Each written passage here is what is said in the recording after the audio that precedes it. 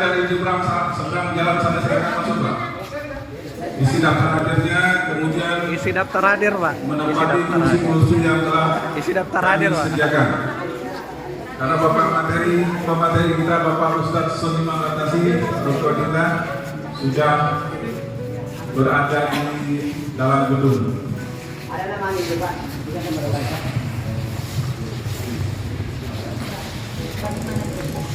Katanya bisa Pak Adi.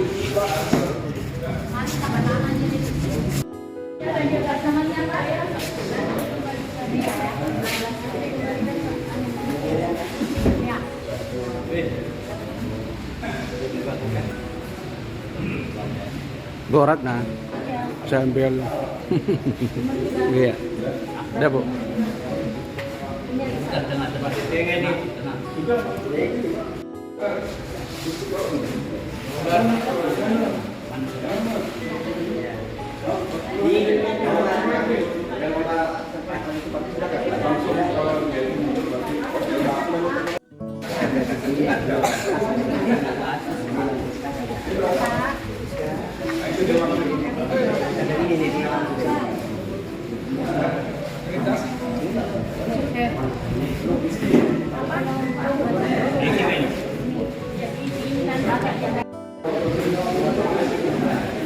Ya, isi kursi yang paling depan dulu Pak ya.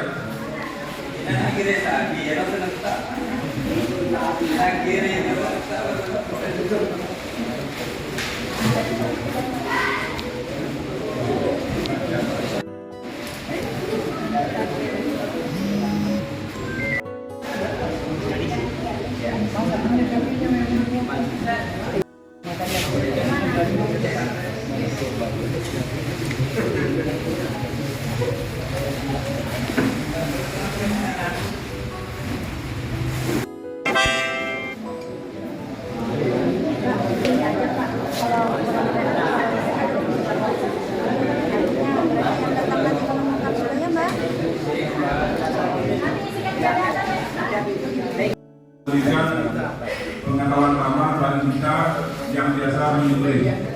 Dan kami tahu bahwa bapak-bapak yang ada di sini tidak perlu diragukan lagi ya tentang hal seperti menyembelih.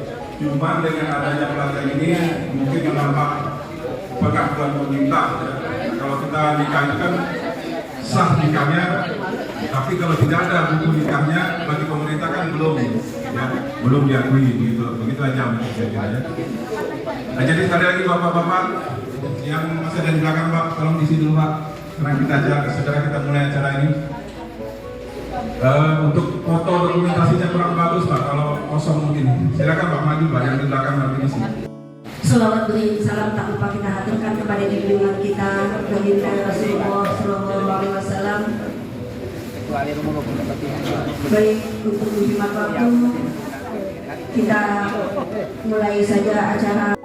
Selawat beri kemudian Bapak Sekretaris Camat Sebatik Timur. Alhamdulillah Sayyidina Muhammadin wa ala alihi wa sahbihi. Puji syukur kita panjatkan dia pelaksana yaitu dari desa Kabupaten Nunukan yang saya hormati para imam masjid, pegawai syara.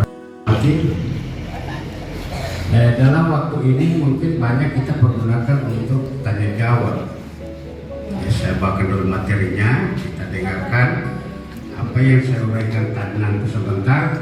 Setelah itu kita tanyakan, karena banyak masalah hewan ini. Banyak permasalahan. Kemudian kalau sapi itu harus digali lubang dulu untuk darah, penampung darah.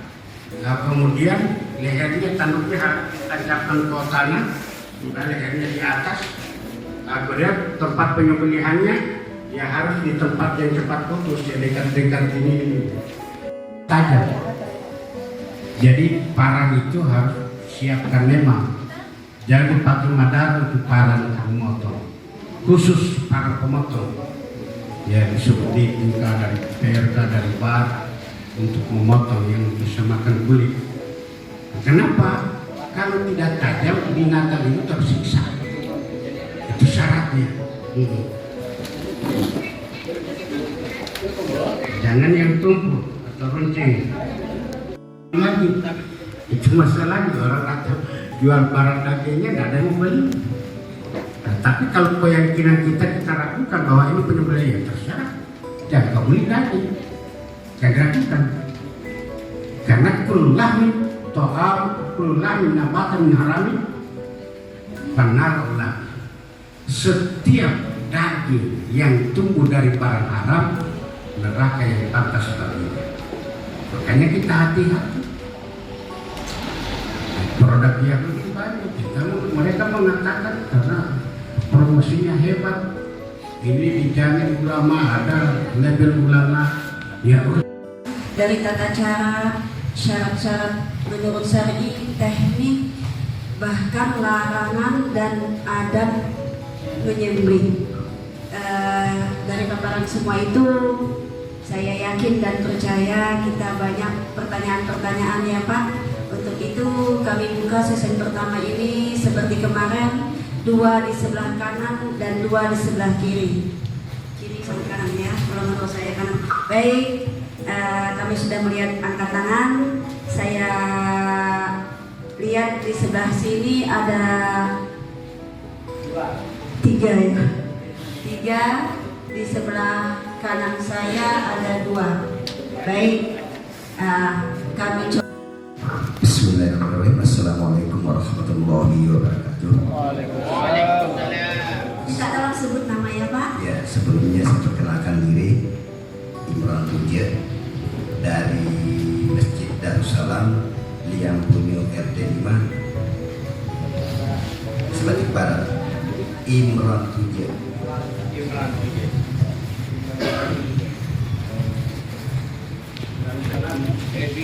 Sebenarnya pemaparan Pak Ustaz tadi sudah cukup lengkap. Cuma perlu barangkali perlu saya tanyakan karena tidak dibahas tadi masalah penyembelihan hewan. Persepsi selama ini pernah terjadi di kampung saya, dari tempat lain barangkali juga pernah terjadi, yaitu sistem tembak Pak.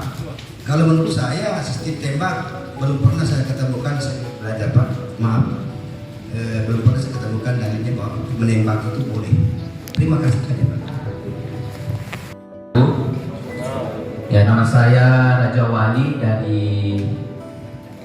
dari Masjid Babus Salam Bayi. Terima kasih kesempatan yang diberikan. Yang pertama yang ingin saya tanyakan terkait dengan bacaan memotong sembelih. Ya, karena ada beberapa versi saya lihat ini. Yang pertama. Kemudian yang kedua yang ingin saya tanyakan terkait dengan hewan buruan. Hewan buruan, ya, hewan yang diburu. Bagaimana proses penyembelihannya itu? Itu yang kedua. Kemudian yang ketiga yang terakhir yang ingin saya tanyakan terkait dengan hewan yang telah dilanggar mobil atau motor. Apakah dia sementara madam? Ya kan, dipotong ya kan, atau dia sementara sudah tergeletak tidak bergoyang apa? Bagaimana cara mengartikannya untuk memotong hewan tersebut? Terima kasih kesempatan yang diberikan. Assalamualaikum warahmatullahi wabarakatuh. Waalaikumsalam warahmatullahi wabarakatuh. perkenalkan nama saya Firman dari Sudirman, Imam Masjid Al-Ikhlas Sebatik Tengah. Yang pertama yang saya ingin tanyakan kepada Ustaz, yaitu seperti yang ditanyakan oleh Pak Raja Wali tadi mengenai bacaan yang tepat, karena ada beberapa versi. Kemudian yang kedua, posisi binatang itu kan lehernya biasanya ada yang agak panjang. Posisi yang sebelah mana yang paling tepat, Ustaz?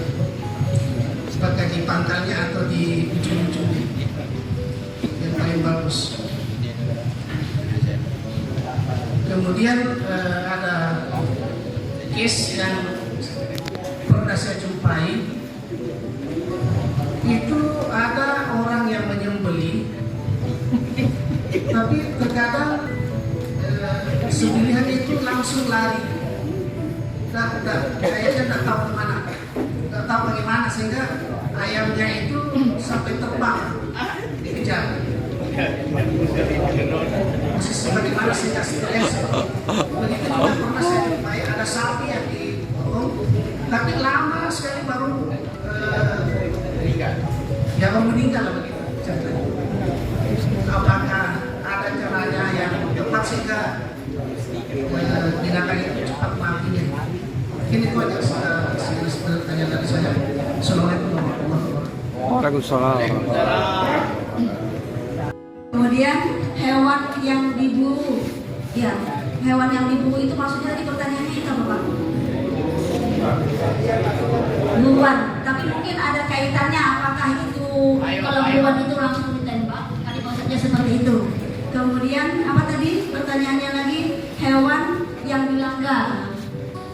Terus berikutnya bagaimana tadi pertanyaan dari Bapak Budiman, bacaan sama dan posisinya seperti apa yang afdal ya? Pertanyaannya seperti apa yang afdal?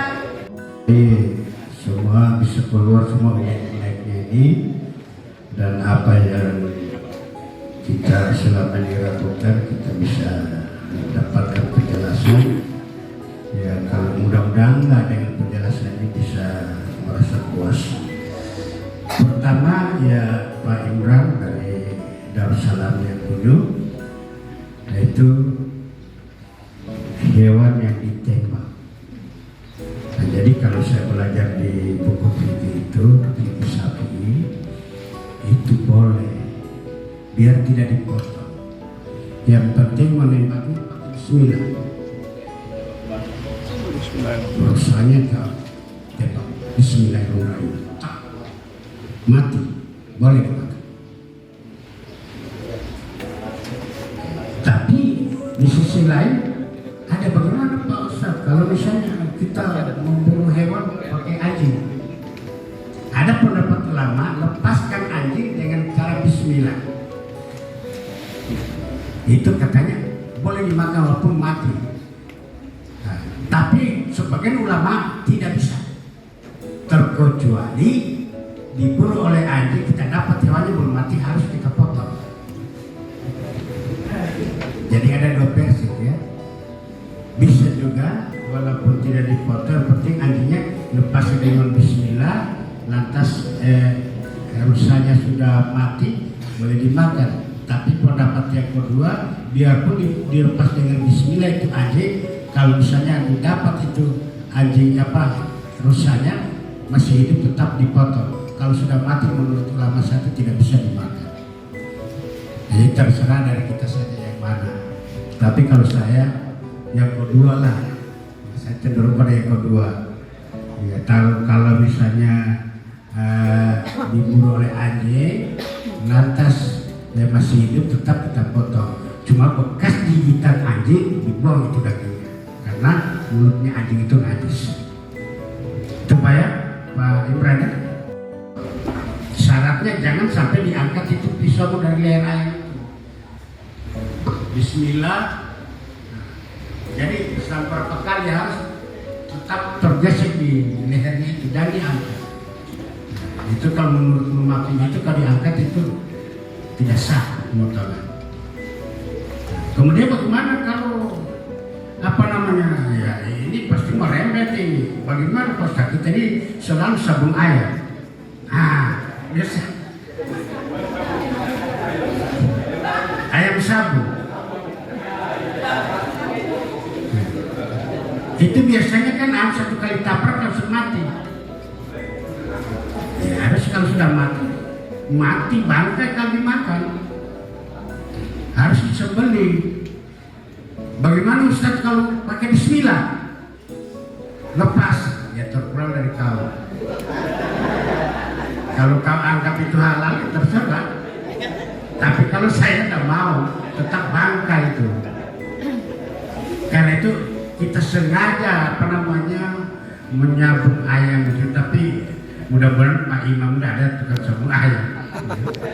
Jangan Pak, resikonya karma itu berat. Di dunia kita menyambung ayam, di akhirat kita yang dia sabung. Coba bayangkan kita di pasar Taji, baru kepala dua tahun di hari akhirat. Coba bayangkan itu Pak. Jangan sama sekali. Walaupun itu hanya hiburan, tapi berat siksaannya. Masjid Babul Jannah. Jadi saya tanyakan ke Pak Ustaz, yang permasalahan kita sekarang di imam-imam seluruh sebatik, yang pemotongan itu hewan yang tidak cukup umur. Nah, itulah tentangan kami dari masyarakat jamaah. Kadang-kadang kami dipanggil memotong. Nah, kami beritahu itu Bapak kita punya sapi tidak cukup umur. Nah, sedangkan sapi itu mau dipotong untuk hakikah ada umurnya. Ya harus 2 tahun ke atas, tidak boleh ke bawahnya. Kalau kambing 1 tahun yang kami pelajari. Jadi jamaah kami itu sering membeli sapi yang tidak cukup umur karena murah. Dia mau beli kambing mahal karena dia kecil. Nah, padahal itu yang lebih afdal kambing. Nah ini tantangan kami imam Pak. Disinilah kita tantangan kami. Apabila itu sapi tidak dipotongkan ke jamaah marah-marah sama kami. Pernah kejadian tempat saya dipanggil saya memotong untuk hakikah. Nah, saya tahu ini sapi tidak cukup umur karena saya juga tukang pelihara sapi. Ya. Jadi saya sampaikan pada jemaah ini, aku bilang Pak, ini sapi kita tidak cukup umur. Nah, kita ini untuk hakikah. Nah, tidak ada hukumnya. Hukumnya aku bilang hakikah itu harus cukup umur, bukan tidak itu cukup umur. Dia bilang bagaimana Pak, saya sudah mengundang, kami sudah jauh-jauh ke hati, keluar-keluar kami sudah datang. Aku bilang kalau bisa kita belilah yang lain atau kambing.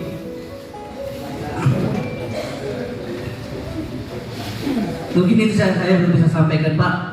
Assalamualaikum warahmatullahi wabarakatuh. Kesempatan diberikan. Assalamualaikum warahmatullahi wabarakatuh. Izin Ustaz menegaskan beberapa hal. Nama saya Harun dari Masjid Babul Salam Bukit Arwinda. Nah, yang pertama tadi kurang lebih tadi di pertanyaan dari pertanyaan sebelumnya bahwa perlu ditegaskan ada beberapa syarat layak hewan untuk dipotong, bil khusus untuk akikahan dan kurban. Karena saya kira untuk akikahan dan kurban itu syaratnya ketat sekali, termasuk salah satunya adalah syarat umur. Itu yang pertama. Terus yang kedua, ada kecenderungan di lingkungan kami ketika terjadi pemotongan hewan, ini hewannya belum 100% mati, tapi masyarakat itu sangat bersemangat untuk menguliti. Ya, ada yang sering seperti itu. Kalau kebetulan saya berada di situ, saya sampaikan kepada masyarakat, biarkan mati 100% baru dikuliti. Walaupun kadang ada masyarakat mengatakan bahwa apanya lagi yang ditumbuhkan sudah putus urat lehernya, sudah putus kerongkongannya.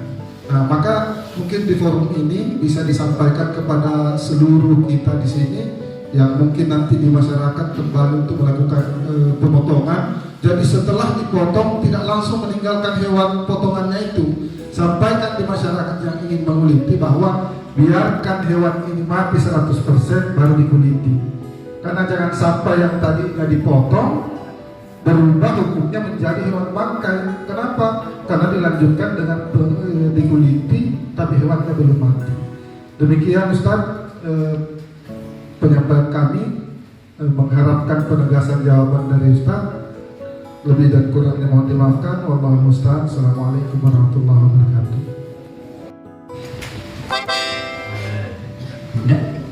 Dari Babul Jannah,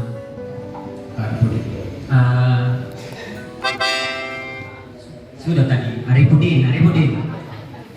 Ada apa-apa di yang 2 kali saya utusan dari Babu Canda.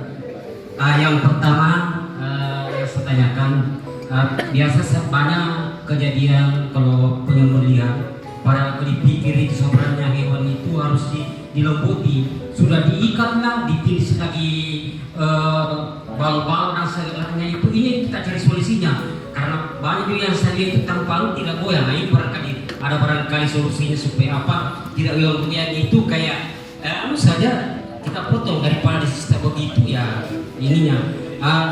Kemudian yang kedua, ada juga dalam penyembelihan itu ada juga yang diurutkan dulu dan ada juga yang tidak. Apakah kedua-duanya sah atau bagaimana? Karena tetap juga kita baca basmalah, tapi biarkan diurut dulu itu hewan baru dipotong. Nah, itu barangkali.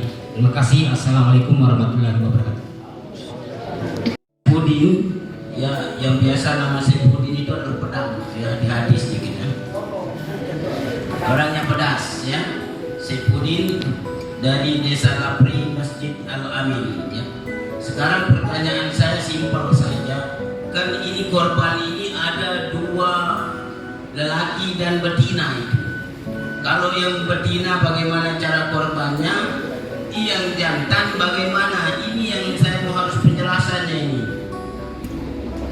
Mau sapi, mau ayam, pokoknya kan jantan dengan betina itu. Ya, jantan dengan betina itu, bukan lelaki dengan perempuan. Kalau lelaki dengan perempuan itu laki-laki kita ini ya, dan kita yang dipotong. Cuma yang saya pertanyakan, betina dengan jantan itu apakah ada perbedaannya cara penyembelihannya? Itu yang saya harus pertanyakan. Masa contohnya dari tadi saya dengar pepo semuanya, mohon maaf ya bapak-bapak yang gagah ganteng ya, sangat jelaskan, saya harus jelas semuanya. Masa kalau kita memotong lelaki turun, perempuan pun turun, cara gosok parangnya di leher, kan begitu. Ini yang saya potong kejelasannya ya. Mohon maaf Pak Guru saya. Assalamualaikum warahmatullahi wabarakatuh. Yang sama mau dipertanyakan kita sebagai imam, Pak, permasalahan yang ada di lapangan bahwa kegiatan-kegiatan masyarakat yang kita layani di masyarakat adalah banyak cara, Pak. Apakah kita sebagai imam hukumnya di situ, Pak? Karena cara memotong ayam ada banyak cara, Pak, disuruh kepada warga yang bersangkutan. Yang perlu kami pertanyakan, Pak, bagaimana hukumnya sebagai imam apabila disuruh potong ayam di dalam kamarnya, Pak? Apakah kita sebagai imam kena, Pak, atau bagaimana? Yang kedua, Pak, kami pertanyakan sebagai imam, kita sebagai imam semua, Pak, yang hadir pada hari ini, Pak. Seperti, Pak, kalau kita potong sapi, di dalam potong sapi, Pak, masih berjalan parahnya, Pak, di lehernya. Ada satu warga sudah, Pak, bawa ember untuk mengambil darahnya, Pak. Apakah sebagai imam yang memotong sapi itu kena hukumnya atau bagaimana, Pak? Itu kami pertanyakan, Pak. Sekian dan terima kasih. Assalamualaikum warahmatullahi wabarakatuh. Itu masalah sapi yang dipotong, diikat, lantas ditulis lagi dengan kayu. Ya, bagaimana hukumnya? Ya, kalau hukumnya itu saya pikir sah-sah saja, karena sapinya nakal, sapi liar. Ya, kalau hanya sekedar diikat masih ngamuk dia, tulis lagi dengan kayu. Jadi hal seperti itu hal sepele saja. Ya, karena dari segi hukumnya ya ada apa hukumnya, ditulis dengan kayu berdosa lagi kita. Ya enggak, itu sudah kodratnya itu. Karena dia sapi liar diikat dan bisa masih ngamuk, ya tulis lagi dengan kayu. Bila baru manusia lagi itu bisa. Yang kedua tadi Pak Ibu apa itu? Ya, termasuk orang tua saya kalau mau potong ayam itu dimandikan dulu supaya dia bersih. Nah, baru dipotong. Ya terserah mau kasih mandi usah baru dipotong, terserah. Tapi tidak ada dalam syarat pemotongan. Ya, tidak ada kalau kita sanggup. Ya. Tapi kalau dikatakan dalam hukum itu tidak itu, tapi bidat hasanah yang bagus. Ya, kalau dilaksanakan boleh, tidak dilaksanakan tidak apa-apa. Ya, boleh-boleh saja. Kalau misalnya kasih bersih dulu hewan baru dipotong boleh. Jadi itu Pak Rida. Nah, kemudian yang berikutnya saudara saya Pak Saipudin. Ini bagaimana cara memotongnya bisa membedakan antara jantan dan betina? Ya dalam ilmu fikih itu kita itu dianjurkan memotong. Dan dibedakan memotong jantan begini, memotong jantan harus bacanya Bismillah. Kalau memotong betina bacanya Alhamdulillah, tidak ada begitu Pak. Bismillah semua.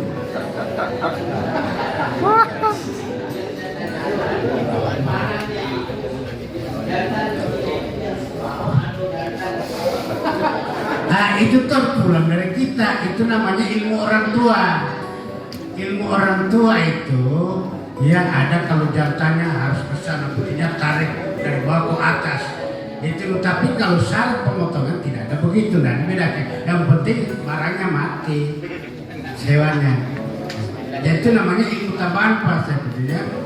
Tidak apa kalau ada imamnya, artinya punya ilmu begitu tidak apa. Yang namanya terpotong lehernya, itu syaratnya itu terpotong dia mati. Dengan ucapan syarat paling utama itu Bismillah. Tapi dengan pertanyaan Bapak Imran tadi adanya potong. Itu dipertanyakan sah atau tidak? Ya, ya kalau mau sahnya itu harus jelas Bismillahirrahmanirrahim baru sah. Tapi dia sudah sakit dalam hati. Terserah kalau dia makan sendiri. Ya. Tapi kalau dikasih makan orang lain, jangan usahakan. Harus kasih tahu Pak Imam. Orang begitu kebiasaannya ya harus kasih lapatkan dengan bagus itu Bismillah supaya tidak ada keraguan-keraguan. Nanti kalau kita pakai hati semua, ya, kenapa lagi ucapkan Bismillah kan di hati kita sudah baca Bismillah. Karena ada pendapat orang begitu. Kenapa lagi kita sholat dulu sholat juga karena ingat kepada Allah. Ya kalau begitu rusaklah syariat. Nabi syariat harus ditegakkan. Tanpa syariat hakikat tidak bisa. Tanpa hakikat marifat tidak bisa dijaga. Jadi harus kedua-duanya, syariatnya, tarekatnya, hakikatnya, baru marifatnya. Itu ilmu. Jadi kalau syariatnya tidak dipatuhi, bagaimana mencapai hakikat? Jadi harus diucapkan kesejelasan. Sunat rawatib namanya. Ada sunat-sunat yang lain, tahajud, ada melaksanakan juga sunat witir, yaitu witir itu sunat muakkad, tidak pernah tinggalkan Nabi. Warahmatullahi wabarakatuh. Mohon maaf semuanya. Ini pertanyaan saya ini langka Pak. Jadi bukan hanya ini langka pertanyaan saya ini karena saya pernah mengalami. Tapi saya bukan saya tidak tujuan kepada sumber saja, saya tujuan kepada semua kita. Saya potong ada yang tahu. Jadi jangan heran. Ini langka itu. Begini terjadi sama saya beberapa tahun yang lalu. Begitu saya membutuhkan ini poin saja. Begitu sudah syahadat, Allahu Akbar sudah pokoknya sudah tinggal tinggal suruh saja barang. Jangan dulu. Di mana menyimpan nyawanya itu?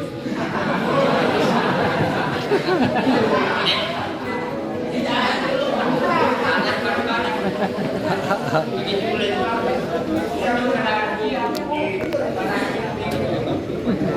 Kalau bersihnya dikenai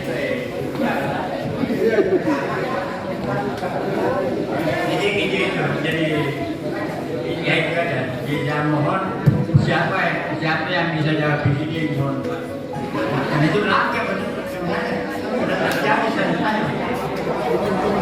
Begitu ya.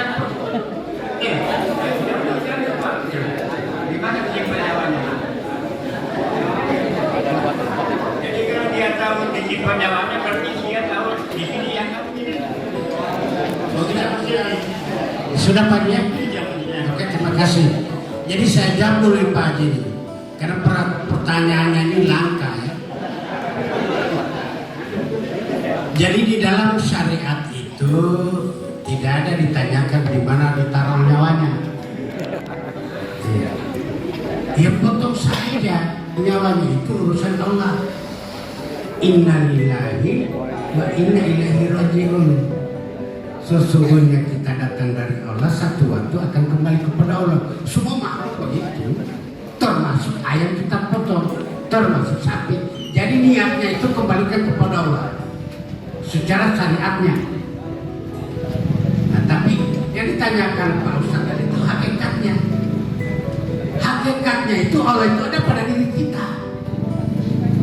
Kalau dia sudah menyetujui, sudah kembali kepadanya. Paham Pak? Nah, ini maksud saya bisa tasawuf. Jadi dia kembali kepada napas yang masuk keluar ini, serahkan ke sana. Jadi dengan ketentuan ini perkirakan tepat dengan napas yang kita masuk keluar. Dasarnya apa? Sahabat tanya kepada Rasulullah, ya Rasulullah, Inallah, ya Rasul, Inallah fi qulubil mu'minin, sesungguhnya Allah berada di hati orang beriman. Makanya zikir itu ada zikir syar'i, la ilaha illallah, ada. Terserah, itu semua boleh. Tapi ada zikir hakikat, zikir rahasia. Itu tinggal ingat.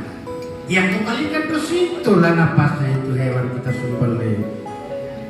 Ya tapi itu sengaja dia tanyakan karena dia tahu saya keahlian jurusan filsafat. Tapi ya cari sendiri, saya tidak mau kasih tahu begini caranya. Jangan cari sendiri, dipraktekkan, belajar mengembalikan. Ya rohnya itu hewan kita potong. Tapi itu bukan wajib diketahui. Siapa yang mau tahu silakan amalkan. Yang tidak ketahui cukup bisa Bismillahirrahmanirrahim, sah dimakan. Oke, terima kasih. Akhiri kami mohon maaf baik dalam memandu acara ini ada kesalahan dan kehilafan ataupun dalam pelaksanaan kegiatan ini kami mohon dimaafkan. Akhirnya wabillahi taufiq wal hidayah. Wassalamualaikum warahmatullahi wabarakatuh.